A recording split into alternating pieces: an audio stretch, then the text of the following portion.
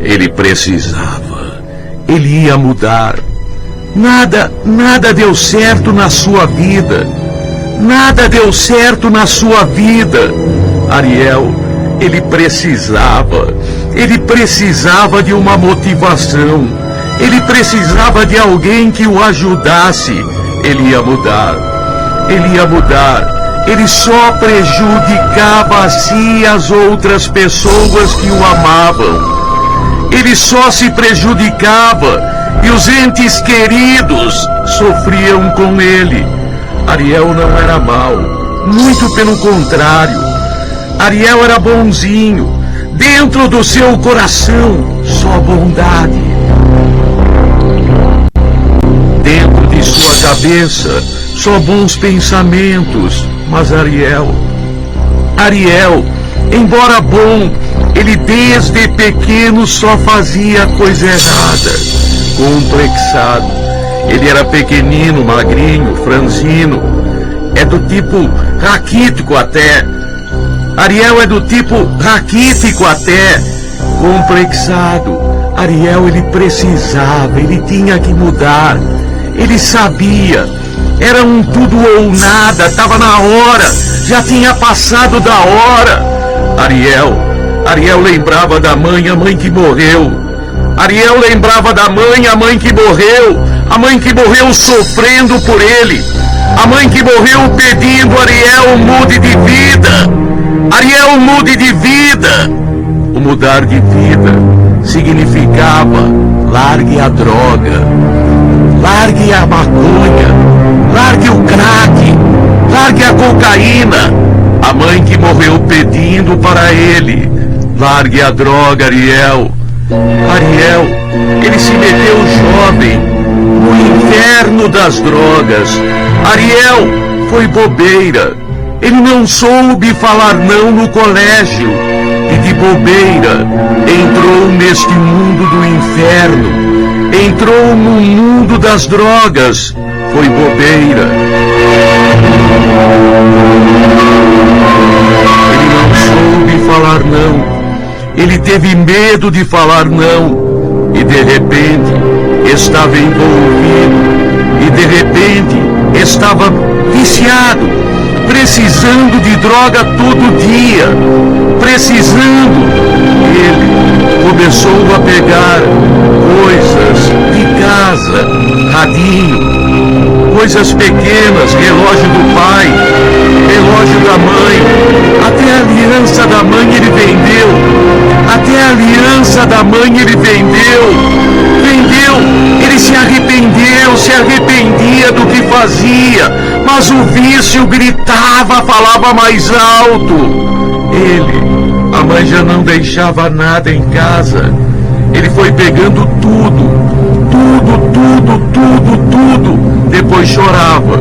Depois pedia desculpas, mas fazia de novo. Assim Ariel foi crescendo. Assim como a ovelha negra de sua família. Mas dentro de si ele era bom. Nunca fez nada para machucar ninguém. Nunca pensou em roubar, a não ser dentro de casa. Mas nunca pensou em assaltar, em tomar coisa dos outros na rua, em bater em alguém, não. Quando tomava droga, ele ficava mais humilde. Ele ficava mais complexado. Ariel, na escola, ele tentou ser um aluno brilhante. Ele estudava, mas foi expulso da escola. Foi pego com crack dentro do colégio. Foi pego com maconha, crack dentro do colégio. Foi expulso. Nunca tinha namorado, já tinha ficado com uma ou duas meninas, mas dessas meninas de rua. Namorar nunca. Ele era tímido, extremamente tímido, complexado. Quando a mãe adoeceu, ele sofreu.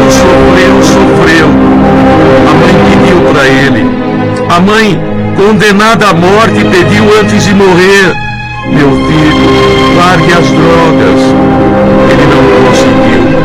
Depois da morte da mãe, ele se afundou mais. Ele se afundou mais nas drogas. Ele se atirou como um consolo, como uma muleta nas drogas. 23, 24 anos. Um pária. Um ninguém. Um Zé Ninguém. Ariel sabia que precisava parar, mas ele não tinha forças. Ele não tinha forças, mas ele precisava.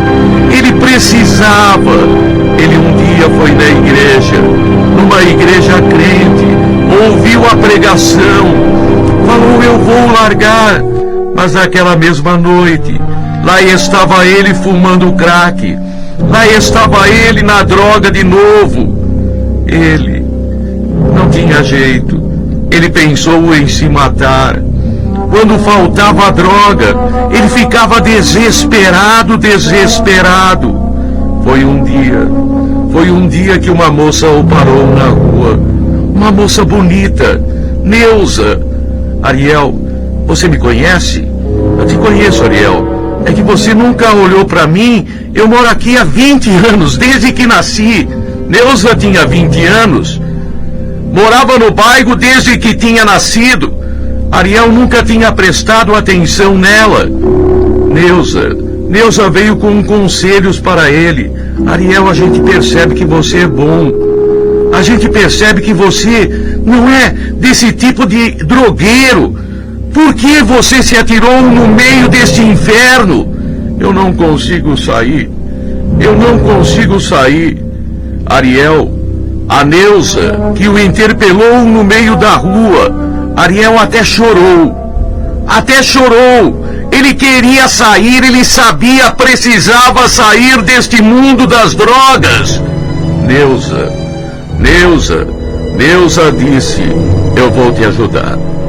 Neuza trabalhava como doméstica. Neuza, uma boa moça e trabalhadora. Trabalhava como doméstica todo dia, saía cedo para o trabalho e voltava no final da tarde. Eu vou te ajudar. Foi um longo período. Foi duro. Ariel, eu quero largar. Você me ajuda? Eles começaram a namorar. Foi a primeira namorada dele. Não a primeira mulher, mas a primeira namorada dele. Ariel, ele se atira em cima de Neuza. Ele se agarra a esta possibilidade. Neuza estava ajudando. A cada recaída, Neuza não condenava. Neuza, ele tinha recaídas e ele teria outras recaídas ainda, mas ele queria. Era o primeiro passo ele tentar. Neuza, como psicóloga, ela agia como se fosse uma psicóloga. Neuza ajudou e lentamente Ariel foi saindo desse caminho. Um ano inteiro se passou. Um ano inteirinho se passou. Ariel era outro. Já há 3 meses que ele não usava droga. Já há 3 meses que ele não fumava, não cheirava. Já há 3 meses. Ariel, ele devia tudo a ela. Ele devia tudo a Neuza. Ele a pede em casamento. Só se você arrumar emprego. Eu já arrumei emprego. Era notícia que ele tinha arrumado emprego. Seu primeiro emprego. Seria entregador. Era modesto, mas era um emprego. O casamento iria acontecer. Neuza gostava muito dele. Ele via em Neuza a mulher, o anjo, a figura divina. Ele via tudo na Neuza. Ela era tudo para ele. Ariel, 4 meses, 5 meses, 6 meses sem droga. Ariel era outra pessoa. Levantava cedo, tomava o ônibus, ia para o trabalho. trabalho, trabalhava, voltava, alegre, feliz, até a cor voltou. Ele que antes era pálido, agora já estava vermelhinho, já estava corado, a cor voltou, tudo bem na vida dele. Ariel, o que é? Você não compra mais nada? O que é? Você virou trouxa agora? O que é? Tá esnobando? Responde, Ariel! Tá esnobando? Na hora que você precisou, um traficante precisou, até fiz fiado pra você. Eu te paguei. Eu sei que você me pagou, mas agora você me olha com essa cara de nojo. Quem você pensa que é? Só porque arrumou um empreguinho, uma namoradinha pé de chinelo, você pensa que é alguém? Não, não é isso. E ela não é pé de chinelo, é pé de chinelo sim! Os dois se engalfinharam. Os dois brigaram. Ariel saiu correndo depois, mas mesmo tendo apanhado, ele foi jurado. Mesmo tendo apanhado, ele foi jurado. Aquele pequeno traficante espalhou pelo bairro. Ele está esnobando. Ele está dizendo que vai entregar a gente para a polícia. Mentira! Mentira, foi fofoca, foi veneno, foi intriga. Ariel, o final da história, o mesmo de sempre. Ele que tentou largar a droga, ele que tentou largar o mau caminho, foi encontrado morto, caído na porta de casa, com tiros e até esculacho, tiro na cabeça e no bumbum. Ele foi assassinado. A história de Ariel, semelhante a tantas e tantas e tantas e tantas e tantas, de gente que entrar é fácil, sair é difícil. Gente que entra sem saber por que nem como no mundo das drogas, e ao querer sair, encontra a morte.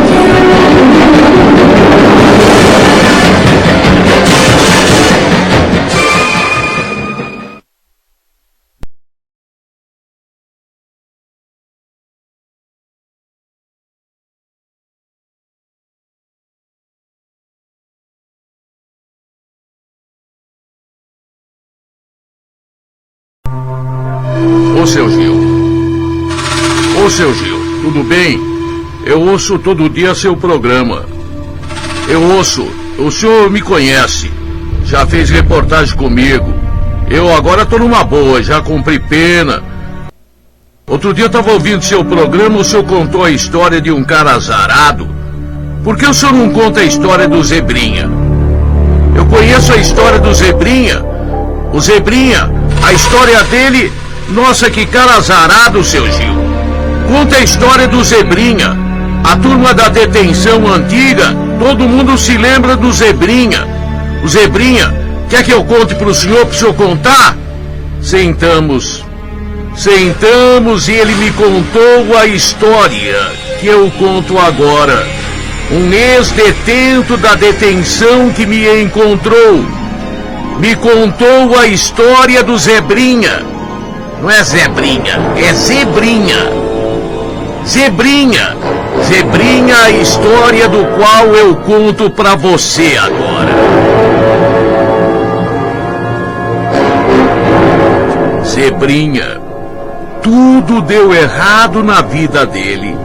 Até o nascimento dele. Até o nascimento dele deu errado. A mãe dele morreu no parto. Quando ele nasceu, a mãe morreu. Quando ele nasceu, quando Zebrinha nasceu, a mãe morreu no parto. Zebrinha na família ficou sinônimo de azar. Não foi só pela morte da mãe, não. Menino, tudo que ele tocava dava errado. Ele derrubava as coisas, quebrava. Se ligava a televisão queimava. Se mexia no carro do pai, o carro do pai quebrava. Tudo que ele punha a mão, não era que era levado, não. Era azarado. Tem criança que fazia muito mais e não levava. Há consequências maiores, mas tudo Ele derrubava aquário, quebrava, morria peixinho, pisava no rabo do gato, o gato arranhava ele, e assim por diante. Tudo dava errado, tanto que foi o próprio pai que colocou o apelido dele de Zebrinha. Deu zebra. Esse menino na minha vida deu zebra. É o Zebrinha. E ficou o Zebrinha. Jogava bola. Mas sempre acontecia alguma coisa. Embora ele jogasse razoavelmente bem, não ganhava nunca. Ou o juiz roubava, ou ele se machucava, ou machucava alguém. Zebrinha. Zebrinha era um Deus nos acuda. Quando ele começou na escola, a escola pegou fogo. Zebrinha, dava azar mesmo. Dava azar mesmo. Ele tinha 8 anos de idade. Quando foi feita uma excursão para o zoológico, coisa pequena, a escola alugou um ônibus. O Zebrinha vai no zoológico, o Zebrinha vai no zoológico, vai ver os companheiros dele, as zebras amigas dele. O ônibus não chegou no zoológico, bateu. Mas era tudo. Ele cresceu, e cresceu com esta fama. No bairro, naquele bairro, todo mundo sabia. O Zebrinha dava azar. Sai fora, meu! Sai fora! Que eu vou te convidar pro meu aniversário pra quê, meu? Que é isso? Sai fora, Zebrinha! Ô, Zebrinha! E Zebrinha ficou com a fama de azarado. Mas ele era azarado mesmo. Ele era azarado mesmo. Se arrumava um emprego, a firma quebrava. Ou alguém fazia uma fofoca e ele era dispensado imediatamente. Namorada, ele era bem posto. Era um rapaz bem posto, mas não teve namorada que não colocou o chifre nele. Parecia, nossa, uma praga. Era ele namorar e a moça até então direita a traí-lo. Não sei por que traiu o Zebrinha, mas traía. Traía mesmo. Traía mesmo. Uma vez ele foi num show e caiu o palco. Ele foi num show e caiu o palco. E assim, Zebrinha, de azar em azar, foi levando a sua vida. Contar tudo levaria um ano inteiro. Contar como ele era azarado de verdade em pequenas e grandes coisas se levaria um dia inteiro, um ano inteiro. Porque Zebrinha era azarado mesmo. Era azarado mesmo. Ele não era ladrão. Ele não foi ladrão nunca, mas foi preso como ladrão. Foi autuado em flagrante como ladrão. Foi autuado em flagrante como ladrão. Ele entrou numa casa lotérica para fazer um jogo. Quem sabe eu sou azarado, quem sabe só os azarados ganham. Mas assaltaram a casa lotérica. Ele estava na casa lotérica fazendo o joguinho dele quando 3 ou 4 bandidos entraram na casa lotérica e assalto. Só que deu crepe, a polícia foi chamada, a polícia chegou. Um dos bandidos jogou uma arma e ele pegou no alto. Quando a polícia se aproximou, ele estava com a arma na mão. Eu não sou bandido, eu não sou bandido. Mas ele foi o único.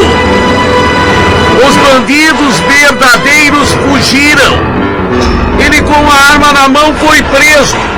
Testemunhas, ele estava aqui. Um comparsa dele jogou a arma para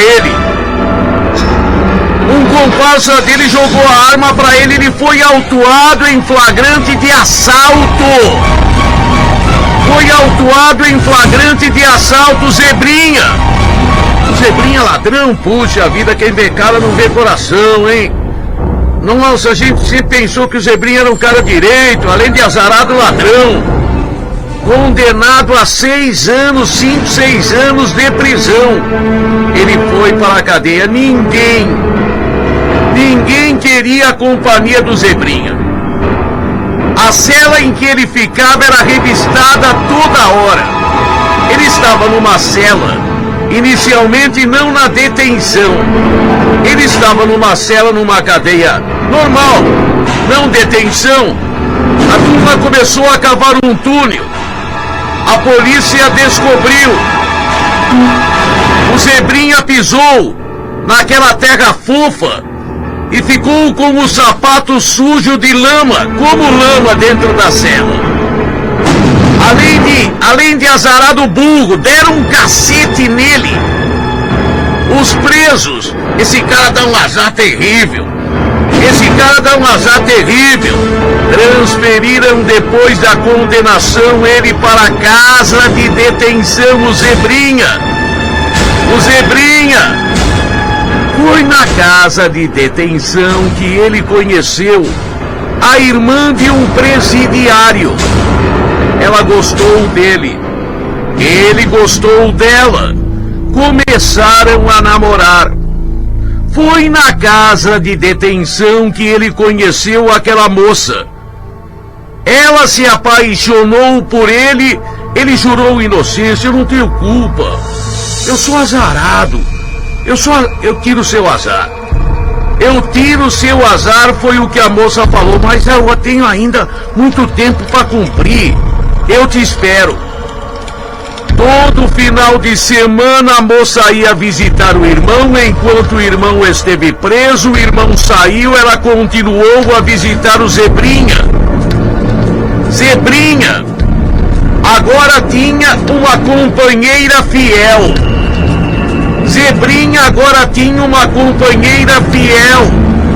Passou o período de azar.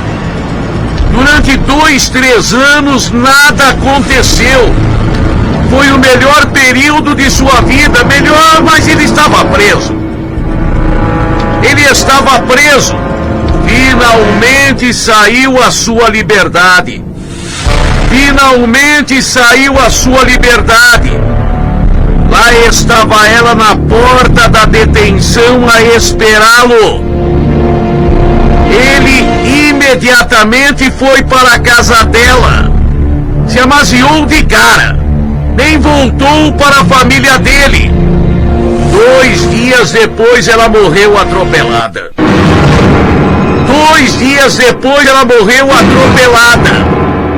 Você viu?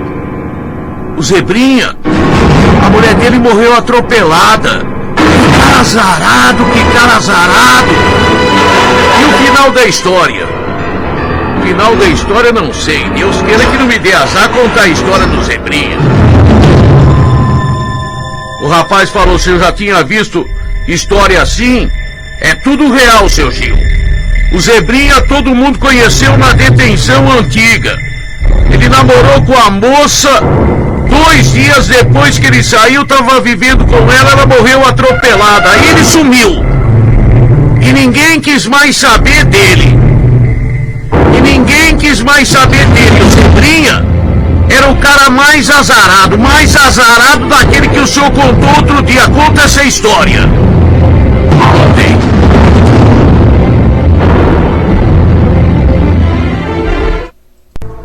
Ela tá aí de novo, doutor. É direito dela. Ela tem razão e é direito dela cobrar. Outra vez. Dolores, uma outra vez, ia na delegacia e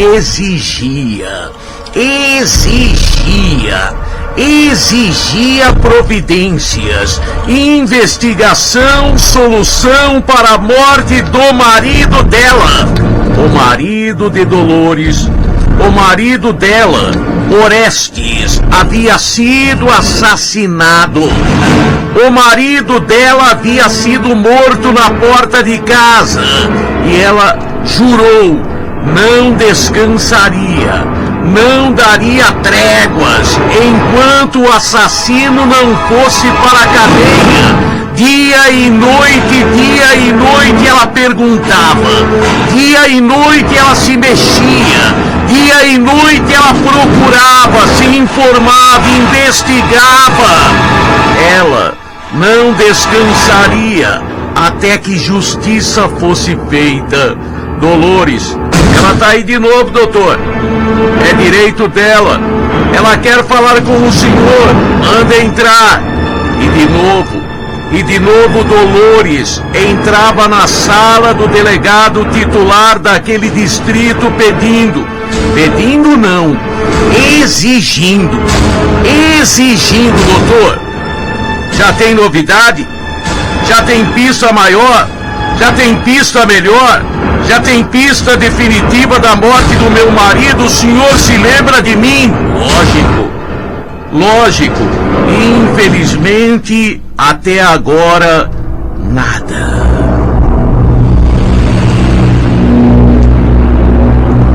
O marido Orestes, ele foi morto na porta de casa, quando chegava do trabalho.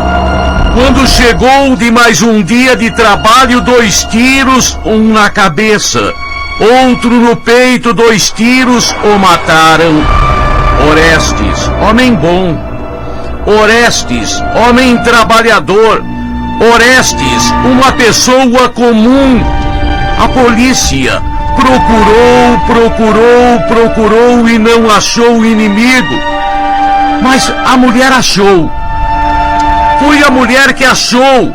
Ela revistando as coisas. O marido encontrou recibos. Ele devia dinheiro. Ele estava numa situação econômica ruim. Ele havia pego dinheiro com um agiota. Juros extorsivos. Ele estava pagando conforme podia, mas estava atrasado. Seria este o motivo? Doutor, ele estava devendo. Eu vou levantar quem é o agiota.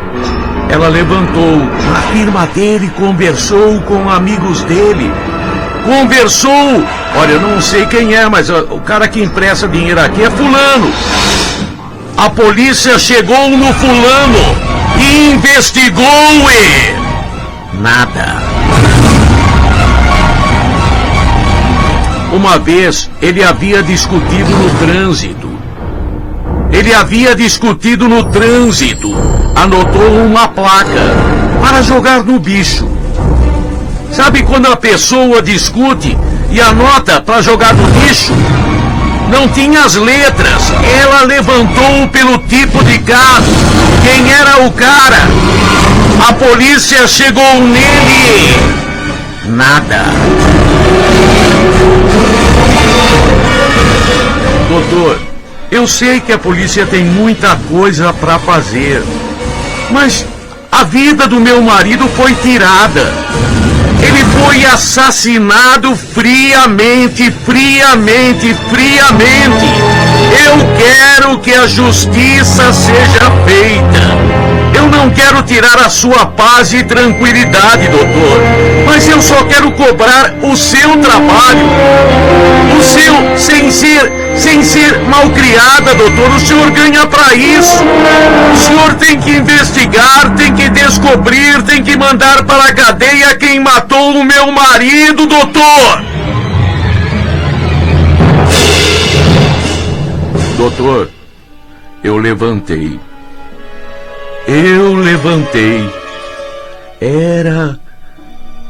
Era um caso, eu acho que sei quem matou o meu marido.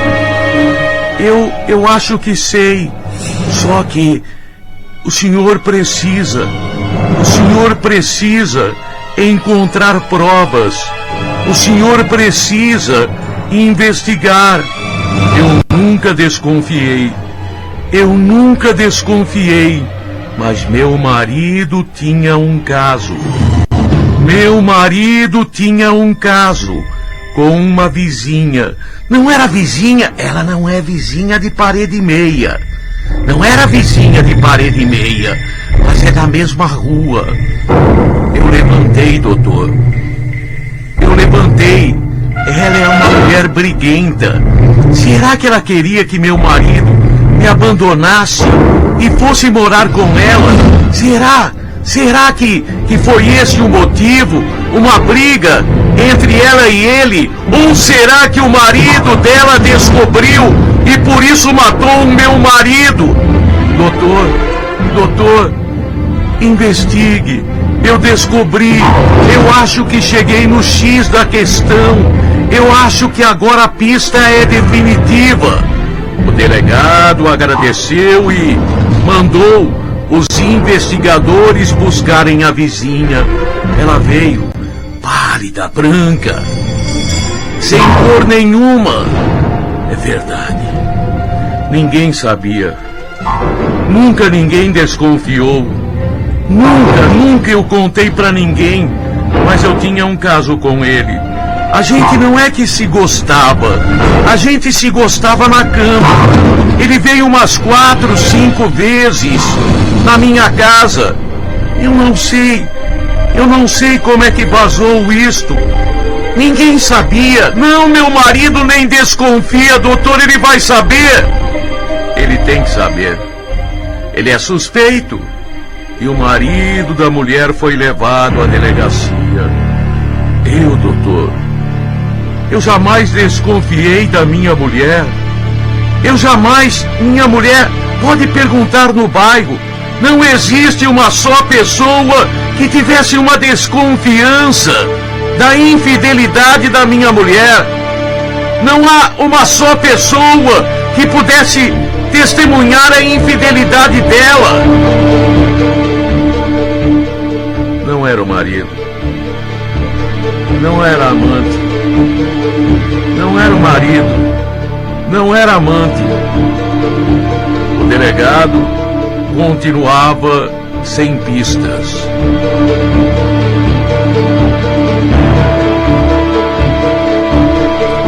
Doutor, a mulher tá aí de novo, doutor. A mulher tá aí de novo, doutor. Deixa eu falar com ela, é direito dela. E aí, doutor? Descobriu? Ela confessou? Não, ela confessou que teve um caso com o seu marido, mas eu acho que não tem nada a ver com o crime. Como não tem nada, doutor? É a única... Uma coisa, doutor. O delegado de repente até gaguejou e... Uma coisa, dona Dolores. Como é que a senhora ficou sabendo desse caso? O delegado raciocinou, ninguém sabia. Ninguém sabia. Como é que a senhora ficou sabendo? Eu fiquei sabendo pela boca de outra pessoa. Quem? Não, eu fiquei sabendo pela...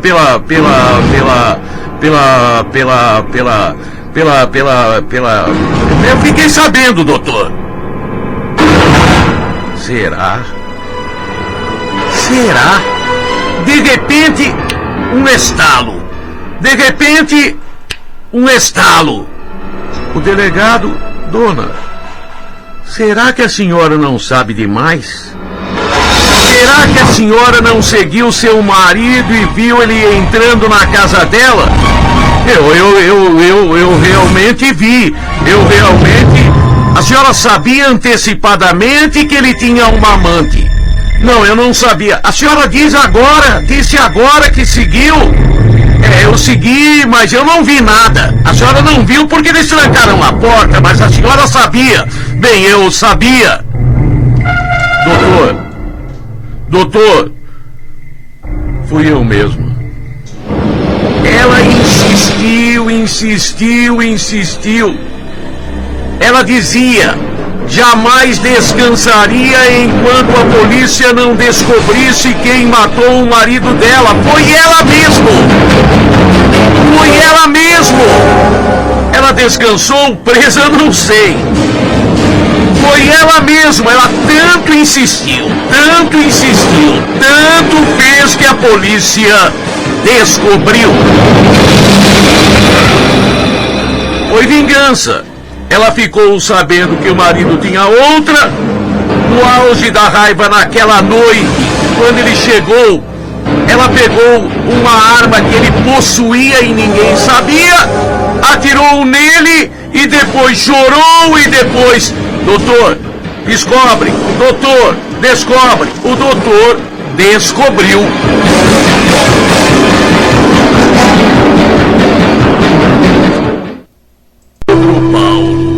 Pedro Paulo era um homem direito, trabalhador, honesto, pai de família, abandonado pela mulher há muito tempo. A mulher simplesmente um dia foi embora.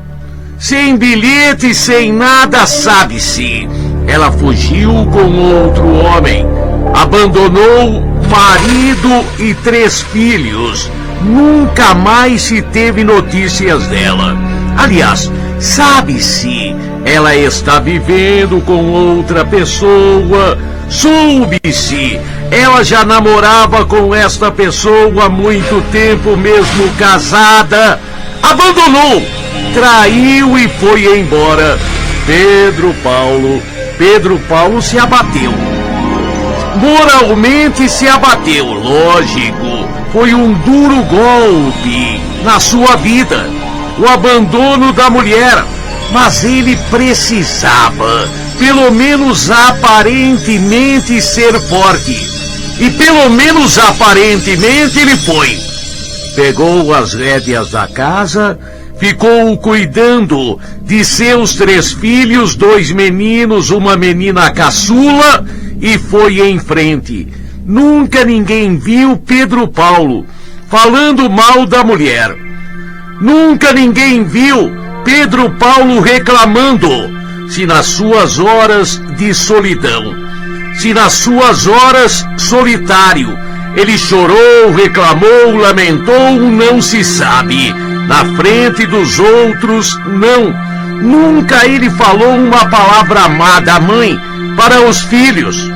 Nunca jogou os filhos contra a mãe.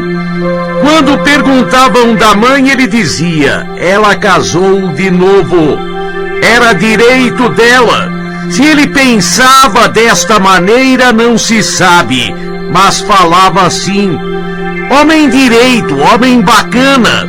Os filhos foram crescendo, os meninos sensacionais, estudiosos, responsáveis, já com 15 anos trabalhavam. Não que o pai precisasse do dinheiro deles, mas o pai queria estabelecer um padrão de trabalho na vida dos filhos. Já a menina sempre foi problema. Cleonice, ou simplesmente Nice, como era chamada, uma menina preguiçosa. Menina que não sabia levantar, saber sabia, mas que não queria levantar uma palha. Se ela via um copo sujo, aquele copo ficava uma semana sem que ela lavasse. Se tivesse que preparar alguma coisa para comer, ela não comia.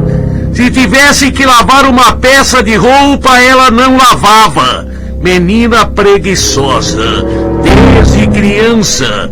Nice, preguiçosa, preguiçosa mesmo. Na escola, não fazia os deveres de casa. Conversadeira, malcriada na escola e em casa também. Nunca teve respeito pelo pai. Nunca teve respeito pelo pai. Se o pai dava uma ordem, ela desobedecia claramente. Não fazia a mínima questão de obedecer o pai e de respeitar o pai. Respondia abertamente na frente de todo mundo. O pai não sabia mais o que fazer. Quando Nice atingiu 12 anos de idade, era rebelde, extremamente rebelde, namoradeira. Já com 12 anos namorava um, namorava outro, se fazia amor, não sei, não se sabia, mas que era de mão em mão que ela passava, era. Era uma menina fácil, com 14 anos, bonitinha. Nice, eu vou na festa. Que hora? Ah, sei lá que horas eu volto, pai. Sei lá, a hora que eu chegar, cheguei. E daí? Fumava descaradamente na frente do pai.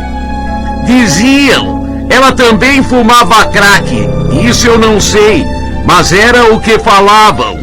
Nice era malcriada. Malcriada. Super malcriada e... Olha, de caráter, ela não tinha muito não. Era menina de ficar com um, de ficar com outro, descaradamente às vezes. Ficava na mesma noite com 2, 3 rapazes. Nice, o pai não sabia o que fazer. Coitado de Pedro Paulo. Se ele tinha alegria como os meninos agora já jovens, moços, já se ajeitando na vida, ele não conseguia de maneira nenhuma controlar a moça. Com 17 anos, Nice era do Arco da Velha. Com 17 anos não havia quem a fizesse obedecer uma ordem sequer do pai. E Nice, manhosa. Isso ela era. Quando ela fazia aquela cara de santinha para quem não conhecia, para quem não a conhecia, a achava a santinha. Ela falava, eu não sei. Fazia uma cara de humilde, de coitadinha, de ingênua, de santinha. E não havia quem não caísse nesse conto do vigário, porque no fundo ela era do Arco da Velha. O seu caráter era desse tamanhico aqui, pequenininho, na cabeça de um alfinete. Seu caráter era pequeno, mas sua manha era muito grande.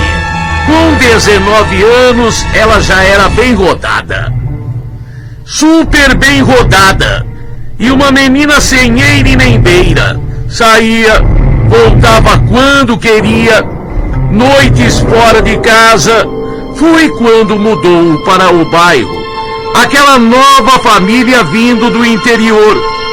Naquela família um rapaz bonito, bem apresentável, tipicamente interiorano, sem nenhum conhecimento da vida na capital. Reginaldo conheceu, como tanta gente conheceu Nice. Reginaldo se interessou, Nice era bonitinha. Reginaldo se aproxima de Nice. Nice dá uma de santinha para Reginaldo. Não, eu até gostei de você, mas eu não quero namorar agora. Eu estou me preservando. Eu tenho traumas. Ela dizia que tinha traumas. Reginaldo gostou dela. E ela muito mais por barato, muito mais por onda. Ela levava no banho-maria Reginaldo. Saía com Pedro, com Paulo, com Joaquim, com Mané, com Pedro. Ela saía com várias pessoas, mas com Reginaldo, novo no bairro, ela dava uma de virgem arrependida. Quase virgem. Quase virgem. Se é que tem quase virgem. Ela dava uma de quase virgem. Ela começou a namorar com o Reginaldo, mas era o típico namoro que ela nunca tinha namorado. Reginaldo era um rapaz sério. Reginaldo não era de ficar. Reginaldo achava que Nice era sua namorada, sua querida, sua escolhida, sua amada. Rapaz do interior de cidade pequena, ele achava que namoro era coisa séria, e é, mas com Nice não era, mas para ele era. Nice, o ódio que ela sentia do pai. Por que ela sentia ódio do pai? Por que ela sentia ódio do pai?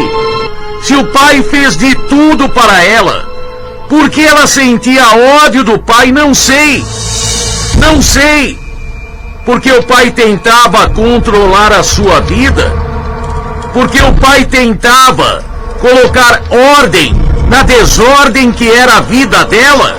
Porque o pai chamava atenção, ela odiava o pai. Ela odiava o pai. Odiava. E um belo dia, Pedro Paulo, seu pai, foi simplesmente assassinado.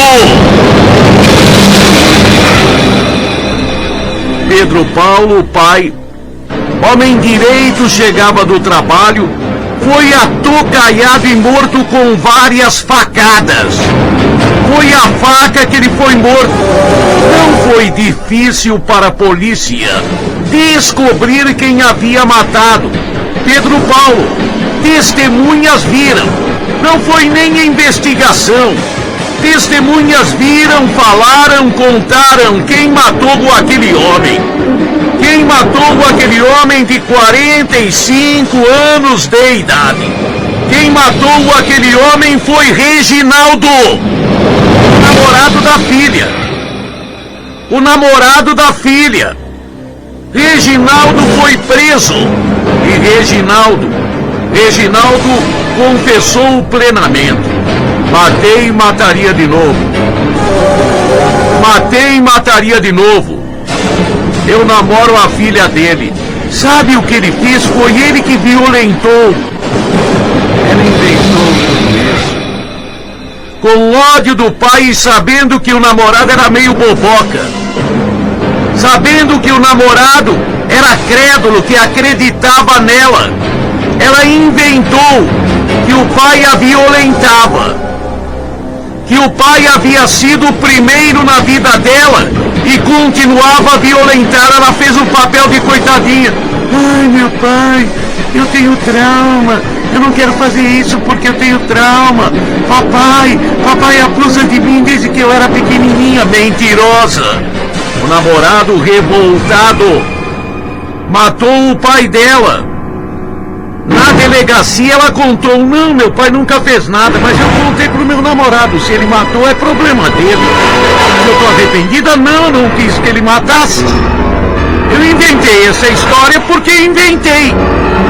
E daí? Já inventei tanta história, já contei tanta história, sou responsável por uma mentirinha, mas não pelo crime. Reginaldo ficou sabendo o papel de bobo que fez. Chorava como criança, mas a estupidez já estava feita.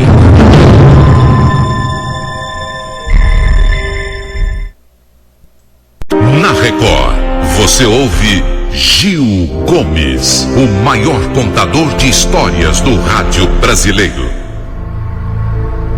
Eu quis entender esta história. Por isso, na época, quando aconteceu, eu me aprofundei. Eu procurei saber não a história, não o final da história, mas o porquê. E fiquei conhecendo a história de Edna. E fiquei conhecendo a história desta mulher. Edna, ela foi criada sem pai nem mãe. Foi criada por uma tia. Foi criada de favor. Edna, desde os 14 anos se sustentando, desde os 14 anos de idade, ganhando o pão de cada dia. Ela trabalhava em casas de família. Ora dormia no emprego, quando mudava a hora não dormia. Tinha vez que era um emprego só folga no final de semana, outras vezes folga de 15 em 15 dias, outras vezes ia e voltava no mesmo dia. Edna, uma mulher trabalhadora. Edna, ela tinha pavor. Ela tinha pavor de falar em casamento. Ela tinha pavor em falar em casamento. Não sei porquê.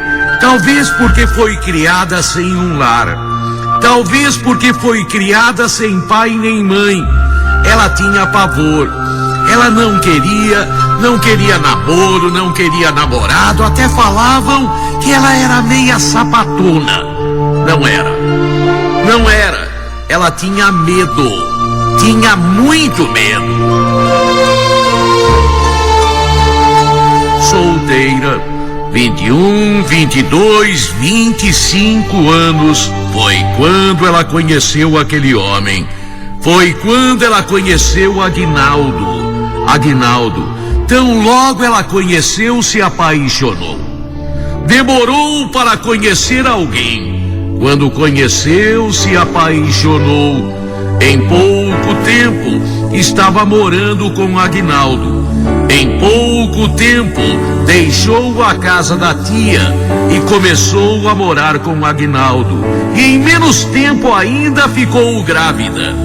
Em menos tempo, logo depois do amaziamento, ela, Edna, ficou à espera de um bebê. Nasceu um menininho, Aguinaldo Júnior, o nome do pai. Naldinho era o nome dele, o apelido dele. Era o nome pelo qual a criança era chamada. Naldinho, menino bonito, menino que era a cara do pai. Sabe quando puxa mesmo? Naldinho era a cara do pai. Só que começaram brigas dentro de casa. E Aguinaldo começou a espancar. Aguinaldo, ele não era mau, mas era do tipo que quando perdia a cabeça se tornava violento. Bastava brigar para ele começar a bater. Bastava ter uma briga para ele dar tapa, soco. Ela apanhava continuamente. E quando a criança tinha 2 anos e meio para 3, ela se separou. Aliás, não foi ela que se separou, foi Aguinaldo que se separou. Se separou e não foi para longe. Na rua de cima, ele começou a viver com outra mulher, praticamente com uma vizinha. Ele abandonou Edna, era muita briga, e começou a viver com outra mulher no mesmo bairro, na rua de cima. Edna fica traumatizada. Edna, ela fica revoltada. Nunca foi feliz, sabe o tipo de pessoa? A Edna nunca foi de ficar dando risada, de ficar alegre. No casamento ela também não foi feliz. Pouco tempo durou o seu relacionamento. E agora ela tinha que trabalhar e cuidar do filho. Dormir no emprego nem pensar. Quem iria aceitar ela como uma criança? Naldinho não era mau. Naldinho era só menino. Era só criança. Fazia suas artes, fazia suas brincadeiras, fazia seus aprontos. Às vezes respondia como toda criança. Só que Edna não tinha paciência, a mínima paciência. Coitada daquela criança. Quem conheceu se lembra. Quem conheceu não se esquece.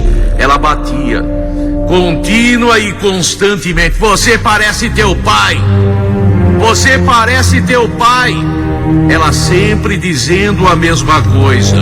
Bastava o menino subir em cima do sofá, por exemplo. O menino derrubar um prato. O menino fazer alguma coisinha que ela não gostava, ela dava surras violentas no menino. Ela chegava a trancar o menino no banheiro horas e horas. O menino sofreu. Sofreu uma barbaridade. O que ninguém sabia é que ela torturava a criança. É para você não ser igual a seu pai. Se você não aprender, você vai ser igual a seu pai. Já tem a mesma cara. Não pode ter o mesmo jeito, a mesma maldade. Pá, batia. Chegava a amarrar, a acorrentar a criança. quando a notícia correu. Quando correu a notícia, mãe matou, mãe jogou o álcool e queimou o filho. Nossa, foi... Como que uma mãe pode fazer isto?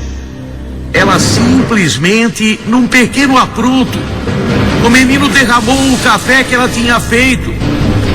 Ele derrubou o bule de café. Ela pegou 1 litro de álcool, jogou em cima do garoto e ateou o fogo. O menino morreu queimado. Ela foi pega, autuada em flagrante. A história é esta. E ela disse no auto de prisão em flagrante. Ela disse ao delegado, disse perante toda a polícia, disse perante a mim também. Disse na minha reportagem: eu matei o filho do demônio. Ele ia ficar que nem o pai. Se eu matei o filho do demônio, eu matei o demônio, o herdeiro do demônio.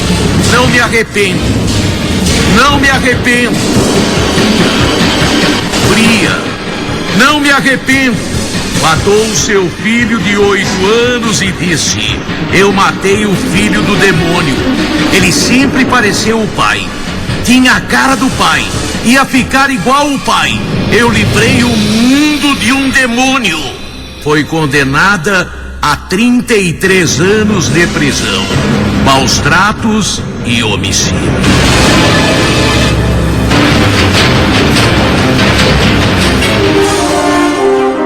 Na Record, você ouve Gil. Eu era honesto, 100% direito.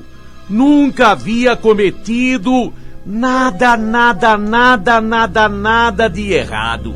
Obediente à lei, trabalhador, trabalhava numa loja de câmbio, troca de dinheiro estrangeiro por dinheiro nacional, real por dólar, dólar por real. Trabalhava de segunda a sexta-feira, sempre honesto. Nunca tinha posto a mão no que não era meu. Nunca pensei em fazer nada de errado. E não fiz. Fiz, mas não fiz. Foi um pequeno erro. Eu era solteiro. Sou solteiro ainda. E vou ficar solteiro por muito tempo. Eu não namorava, não noivava. Eu conheci no almoço. Naquela sexta-feira, eu tirei para almoçar no shopping. Eu tinha que levar um dinheiro para um cliente da loja de câmbio. Levar no shopping. Eu levei e almocei lá. Eu almocei no shopping, num bonito restaurante. Eu comi por conta da firma. E foi aí que eu conheci Isaura. Isaura, que moça bonita. 20, 21 anos de idade. Bonita, uma mini saia que mostrava tudo. E olha que o tudo era muito bonito. Um decote que mostrava seios maravilhosos. Ela comendo na mesa em frente. Ela comendo ali, não era mesa. Naquele negócio lá que é balcão, que se come. Ela comendo na minha frente.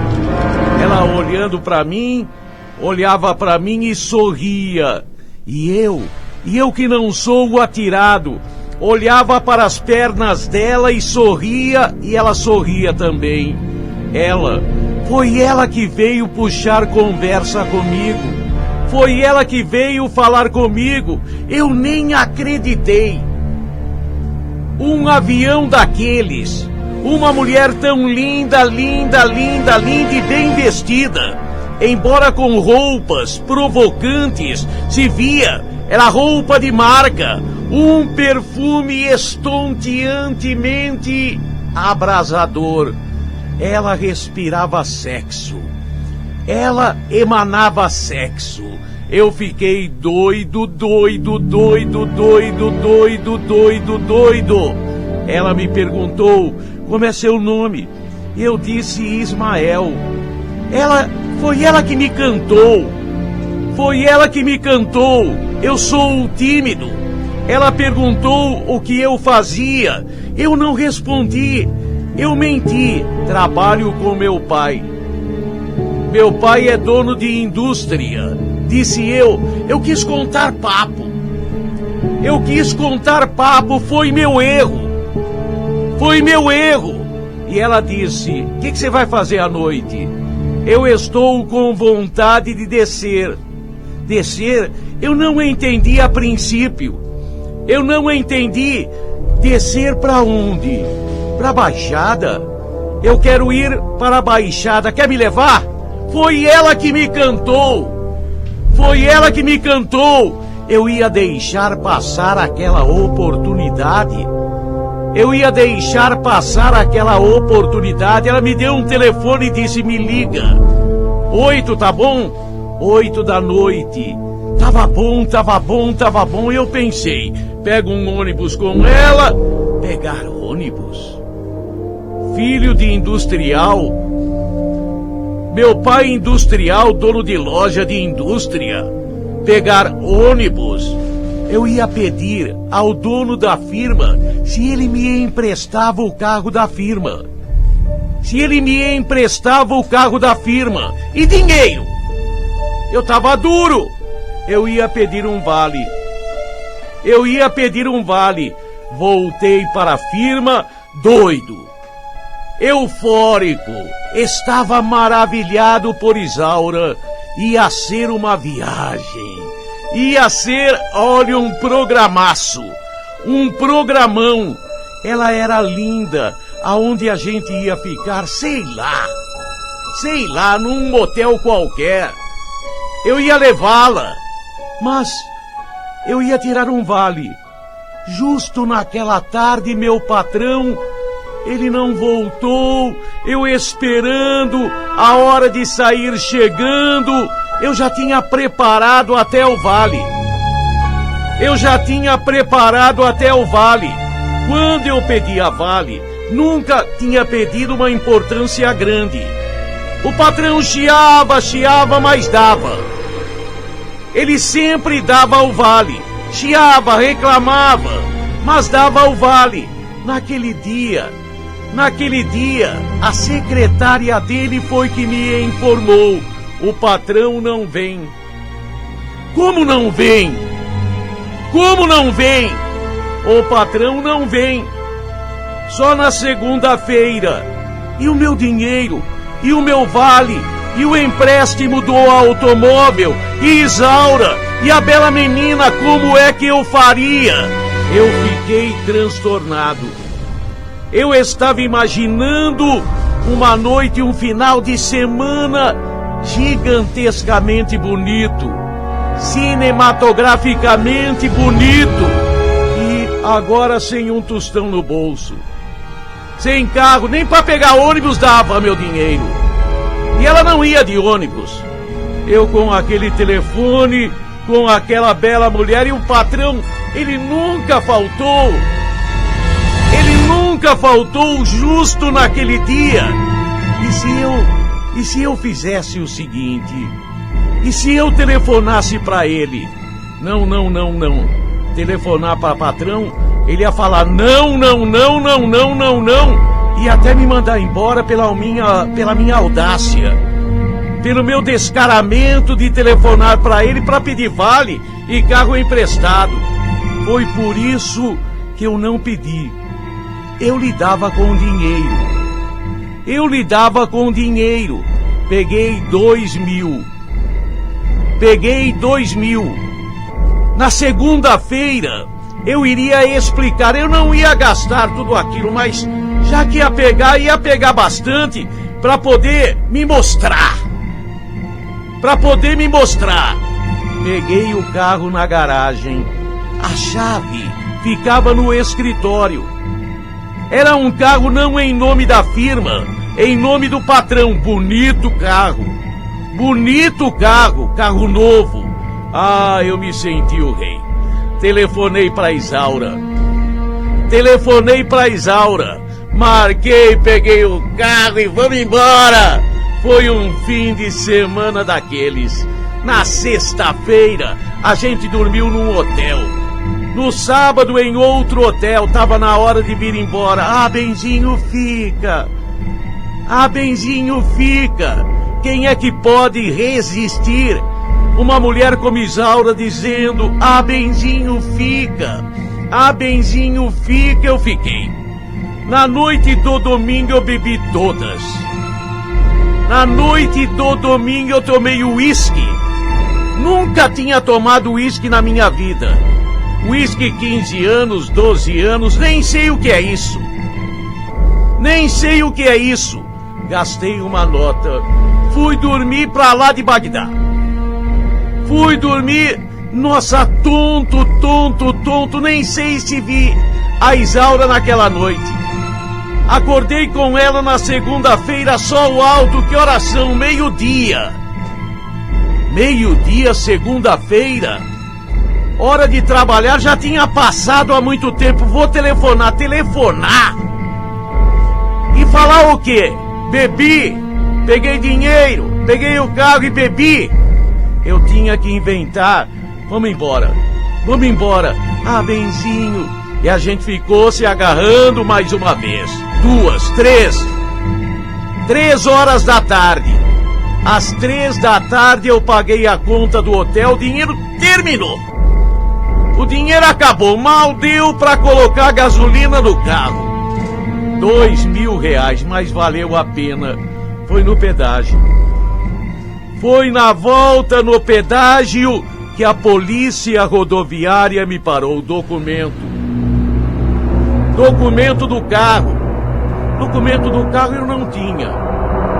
O carro estava em nome do meu patrão. Eu expliquei. Eles falaram pelo rádio e o sargento disse: tá preso. Tá preso por quê? Tô preso por quê? Roubo de automóvel. Meu patrão havia dado queixa.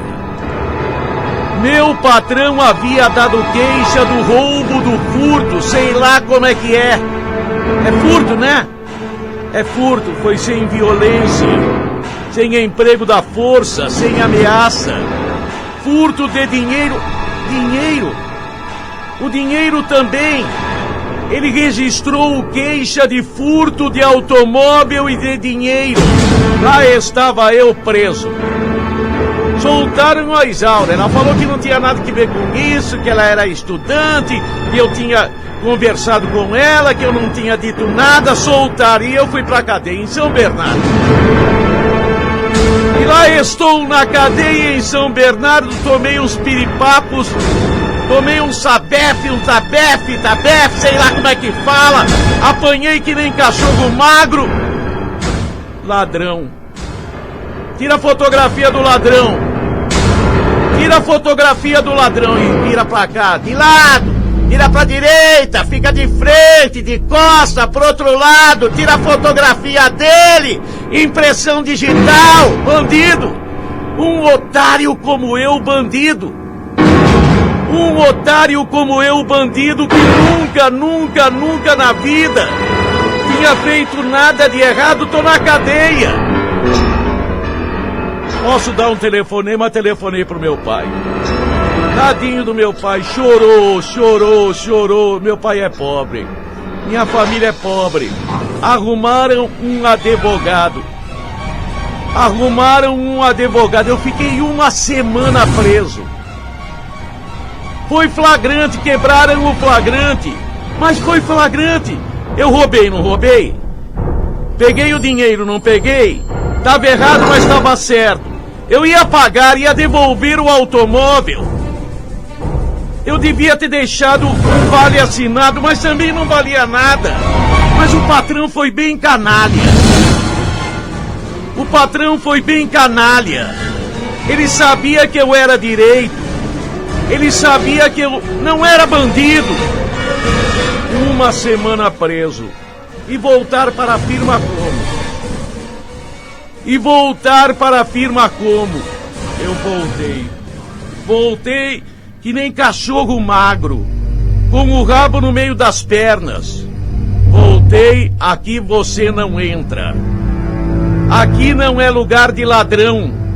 Me disseram aqui não é lugar de ladrão. Mas eu não sou ladrão, eu quero explicar. Foi o patrão mesmo que veio. Ladrão, abuso de confiança. Ladrão pegou meu dinheiro, meu carro. Eu tentei explicar e ele me chamava de ladrão continuamente e eu perdi a cabeça. Eu perdi a cabeça, peguei aquele pedaço de pau e dei uma paulada na cabeça dele, mas uma paulada forte. Ele caiu. Me seguraram. Me bateram de novo. Eu fui levado à delegacia, desta vez no centro de São Paulo, onde os caras falaram. Assassino. Como assassino? Eu tentei contar a minha história. Ninguém permitiu o assassino. Meu patrão morreu. Meu patrão morreu. Eu fui condenado. Já estou há 5 anos na cadeia. Já estou há 5 anos na cadeia. Fui condenado a 19 mais 3. 19 pelo homicídio. 3 pelo furto. A família do meu ex-patrão colocou grandes advogados contra mim. E eu, com advogado de meia tigela, que não sabia nem falar, que não sabia nem argumentar, que nem acreditou na minha história. Cadê Isaura? Eu perdi aquele telefone. A polícia nem anotou o nome dela. A história. Mas mesmo que eu encontrasse Isaura, mesmo que eu encontrasse, eu menti pra ela também. Eu era honesto. Pode. De repente minha vida mudar desse jeito. Matei, sou o assassino ladrão. Assassino ladrão. Roubei o meu patrão, depois matei. Tem que ser condenado mesmo. 19 anos. Mais 3 pelo furto, 22. Já tô há 4, 5 aqui. Maldito shopping. Maldita mulher bonita. Maldito eu. Maldito todos. A revolta de Ismael. Uma história que aconteceu. Ismael me escreveu da cadeia. Ismael me escreveu da cadeia. E ele termina, pode? Pode, pode. Tanto que pode que aconteceu. Circunstâncias. Que coisa.